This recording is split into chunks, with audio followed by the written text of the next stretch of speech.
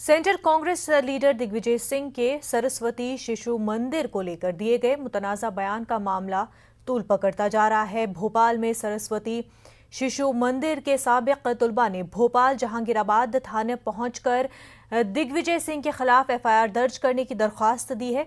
सरस्वती शिशु मंदिर के साबिक तलबा का कहना है कि दिग्विजय सिंह ने 2 रोज कबल अपने बयान सरस्वती शिशु मंदिर में तलबा को मजहबी तशद्दुद का दरस देने की बात कहकर न सिर्फ मंदिर बल्कि उसके तलबा की साख को मजरूह किया है।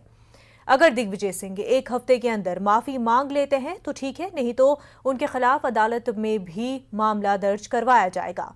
वहीं दिग्विजय सिंह का कहना है कि मैं इस नजरिए के खिलाफ हूं जो आपसी इत्तेहाद के रिश्ते को खराब करती है। जो तलबा वहां पर तालीम हासिल करते हैं उनके बारे में मुझे कुछ नहीं कहना है।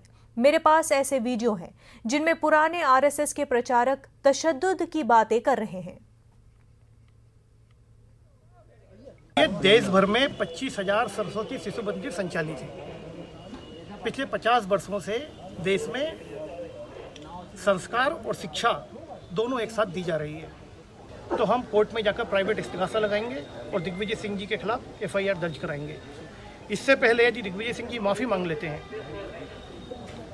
तो ज़्यादा उचित रहेगा। मेरा जो बयान है वो शुद्ध रूप से उन लोगों के खिलाफ है जो ऐसी विचारधारा पनपाते हैं। जो छात्र उसमें पढ़ते हैं उनके बारे में मुझे कुछ नहीं कहना, इसलिए मैंने जो कुछ कहा है तथ्यों के प्रमाण क्या। दिल्ली में अक़ीदत